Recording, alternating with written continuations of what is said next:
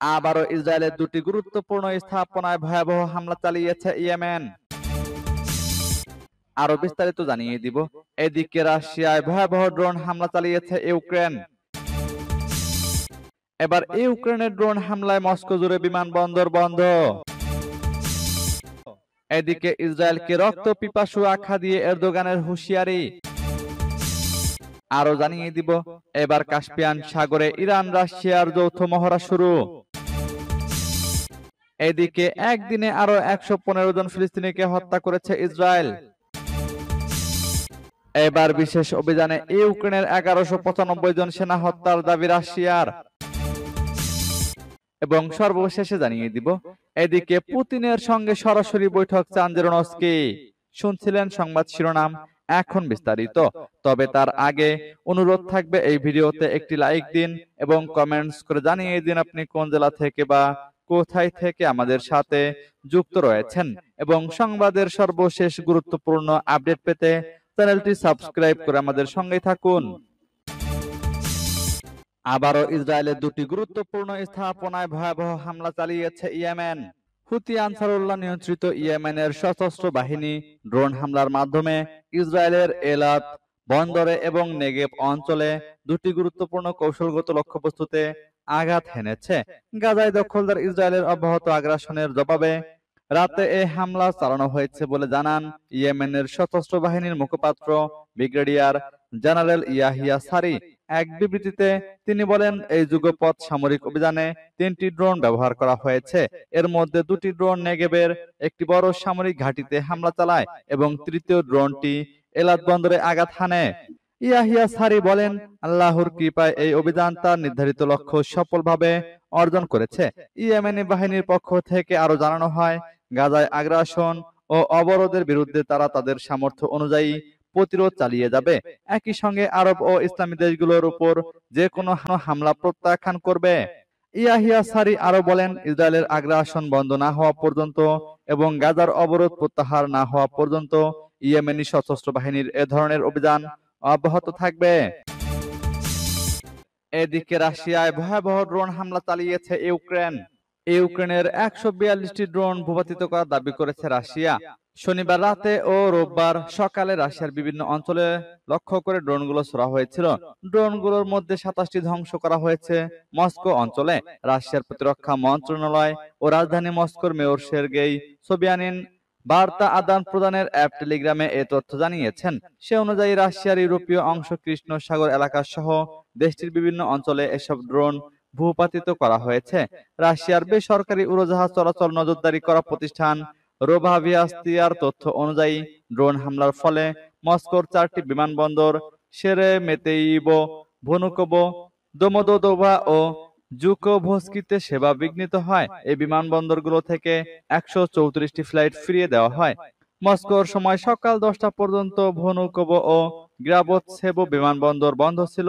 এদিকে যুদ্ধ থামানোর লক্ষ্যে শনিবার রাশিয়াকে আবার আলোচনায় বসার প্রস্তাব দিয়েছেন ইউক্রেনের প্রেসিডেন্ট ভলোদিমির জেলেনস্কি। এই দিনই তিনি জানান, শুক্রবার রাতভর ইউক্রেনের 10টি অঞ্চলে হামলা চালায় রাশিয়া। এবার ইউক্রেনের ড্রোন হামলায় মস্কো জুড়ে বিমানবন্দর বন্ধ। ইউক্রেনের টানা ড্রোন হামলায় রাশিয়ার রাজধানী মস্কোর প্রধান সব বিমানবন্দর সাময়িক সময়ের জন্য বন্ধ রাখতে বাধ্য হয়েছে কর্তৃপক্ষ। রোববারের এই হামলার ফলে মস্কো থেকে বিভিন্ন গন্তব্যের উদ্দেশ্যে উড্ডয়নের অপেক্ষায় থাকা অন্তত 140টি ফ্লাইট বাতিল করা হয়েছে।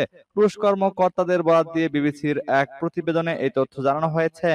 রাশিয়ার প্রতিরক্ষা মন্ত্রণালয়ের তথ্য অনুযায়ী শনিবার সকাল থেকে এখন পর্যন্ত 230টিরও বেশি ইউক্রেনীয় ড্রোন ধ্বংস করেছে দেশটির সামরিক বাহিনী। এর মধ্যে কেবল মস্কোর আকাশেই ধ্বংস করা হয়েছে 27টি ড্রোন। দেশটির বেসামরিক বিমান পরিবহন নিয়ন্ত্রক সংস্থা বলছে, ইউক্রেনের হামলায় মস্কোর প্রধান সব বিমানবন্দরের স্বাভাবিক কার্যক্রম ব্যাহত হয়েছে।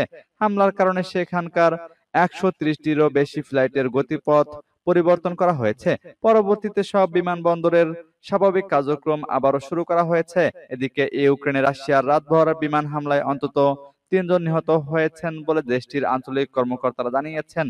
রাশিয়ার ট্যুর অপারেটরদের সংগঠন অটোর বলেছে, ইউক্রেনের ড্রোন হামলার কারণে গত 24 ঘন্টায় মস্কোর বিমানবন্দরগুলো কমপক্ষে 10 বার বন্ধ রাখতে হয়েছে। এদিকে ইসরায়েলকে রক্তপিপাসু আখ্যা দিয়ে এরদোগানের হুঁশিয়ারি। সিরিয়াকে ভাঙতে দেওয়া হবে না বলে হুঁশিয়ারি দিয়েছেন তুরস্কের প্রেসিডেন্ট রিসেপ তাইপ এরদোগান। বলেছেন, ইসরায়েল একটি সন্ত্রাসী রাষ্ট্র। সিরিয়া দ্রুজ জনগোষ্ঠীকে অজুহাত বানিয়ে দেশটির সীমান্তবর্তী অঞ্চলে হামলা চালাচ্ছে রক্তপিপাসু ইসরায়েল।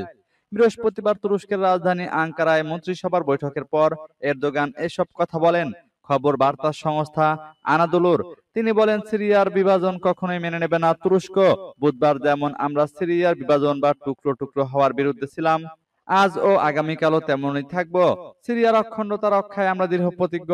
তুরস্কের প্রেসিডেন্ট অভিযোগ করেন, গত দুদিন ধরে ইসরায়েল দ্রুজদের অজুহাতে তার দস্যুবৃত্তিকে সিরিয়ায় নিয়ে যাচ্ছে। প্রেসিডেন্ট এরদোগানের মতে, যারা ইসরায়েলের উপর ভরসা করছে তারা শিগগিরই বুঝবে তারা বড় ধরনের ভুল করেছে। তিনি বলেন, ইসরায়েলের আইনের তোয়াক্কা না করা সীমাহীন উদ্যত্ত, নিয়ম ভঙ্গকারী, নীতিহীন, অহংকারী, লুণ্ঠনকারী, রক্তপিপাসু সন্ত্রাসী রাষ্ট্র। এরদোগান আরো বলেন, সিরিয়ার স্থিতিশীলতা শুধু সে দেশের জন্য নয়, বরং আশেপাশের সব দেশের জন্যই শান্তি বয়ে আনবে। আর যদি তা না হয়, তাহলে সবাইকে এর বোঝা টানতে হবে। এবার কাস্পিয়ান সাগরে ইরান রাশিয়ার যৌথ মহড়া শুরু। কাস্পিয়ান সাগরে যৌথ অনুসন্ধান ও উদ্ধার মহড়া শুরু করেছে রাশিয়া ও ইরান। একসাথে নিরাপদ ও সুরক্ষিত কাস্পিয়ান সাগরের জন্য ব্যানারে অনুষ্ঠিত 3 দিনের এই মহড়া সোমবার থেকে শুরু হয়েছে। ইরানের নৌবাহিনীর উত্তর নৌবহর এটি আয়োজক। নৌবাহিনী, ইসলামী বিপ্লবী গার্ড কোর এবং ইরানের আইন প্রয়োগকারী কমান্ডের নৌবাহিনী ইরানের পক্ষে এই মহড়ায় অংশ নিয়েছে। আগের দিন একটি রাশিয়ান নৌযান ইরানের জলসীমায় প্রবেশ করে এবং নির্ধারিত মহড়া অঞ্চলে নোঙর করে। ইরানি নৌবাহিনীর নেতৃত্বে চতুর্থ ও অঞ্চলের মধ্যে কার্যক্রম পরিচালিত হচ্ছে, যা ইমাম রেজা মেরিটাইম ডিস্ট্রিক্ট নামে পরিচিত। ইরানি ও রাশিয়ান কমান্ডারদের মধ্যে ইতোমধ্যেই যৌথ পরিকল্পনা ও সমন্বয় সভা অনুষ্ঠিত হয়েছে, সূত্র প্রেস টিভির। এদিকে একদিনে ইসরায়েলের হামলায় আরো 115 জন ফিলিস্তিনি নিহত। গত 24 ঘন্টায় গাজা উপত্যকার বিভিন্ন এলাকায় ইসরায়েলি সামরিক হামলায় অন্তত 115 জন ফিলিস্তিনি নিহত হয়েছেন।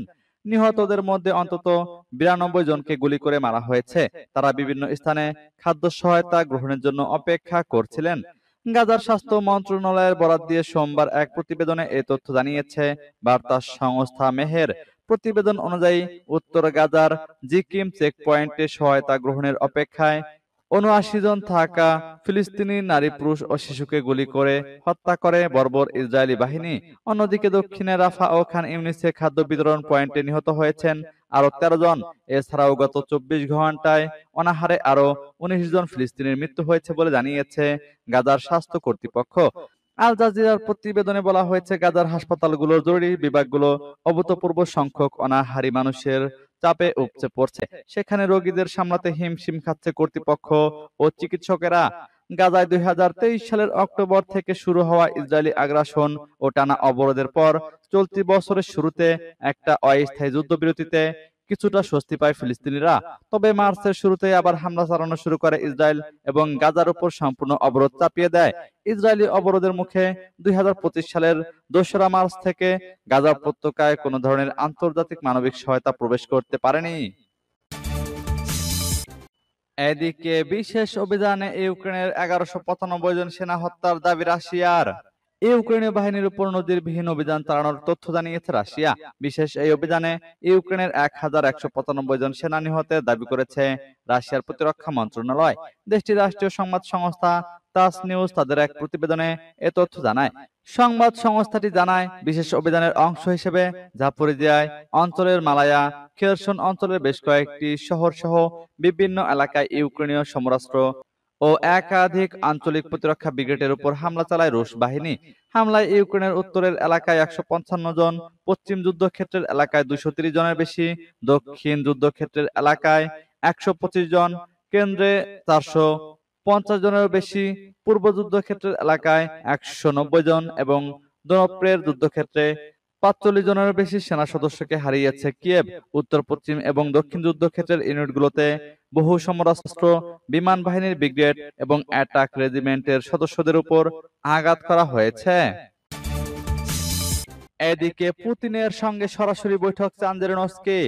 ইউক্রেনের প্রেসিডেন্ট ভলোদিমির জেলেনস্কি বলেছেন, তিনি রাশিয়ার প্রেসিডেন্ট ভ্লাদিমির পুতিনের সঙ্গে সরাসরি বৈঠক বসতে প্রস্তুত। জেলেনস্কি আরো বলেন, সত্যিকারের শান্তি এবং স্থায়ী শান্তি প্রতিষ্ঠা করতে হলে নেতৃত্ব পর্যায়ে বৈঠক হওয়া দরকার। গতকাল জাতির উদ্দেশ্যে দেওয়া ভাষণে জেলেনস্কি বলেন, যুদ্ধবিরতি অর্জনে যা কিছু করা দরকার তার সবই করা উচিত। রাশিয়ার উচিত সিদ্ধান্ত থেকে পালানোর প্রবণতা বন্ধ করা। রাশিয়াকে নতুন করে শান্তি আলোচনায় বসার প্রস্তাব দিয়েছে ইউক্রেন। গত মাসে আলোচনা থেমে যাওয়ার পর কিয়েভ এখন চাইছে আগামী সপ্তাহে নতুন করে শান্তি আলোচনা শুরু হোক। গতকাল এই প্রস্তাব দেওয়ার তথ্য নিশ্চিত করেন ইউক্রেনের প্রেসিডেন্ট। ইউক্রেনের প্রস্তাবের বিষয়ে রাশিয়ার দিক থেকে তাৎক্ষণিক প্রতিক্রিয়া পাওয়া যায়নি। ইউক্রেনের সাবেক প্রতিরক্ষা মন্ত্রী রুস্তেম ওমেরভকে গত সপ্তাহে জাতীয় নিরাপত্তা ও প্রতিরক্ষা কাউন্সিলের প্রধান হিসেবে নিয়োগ দেওয়া হয়।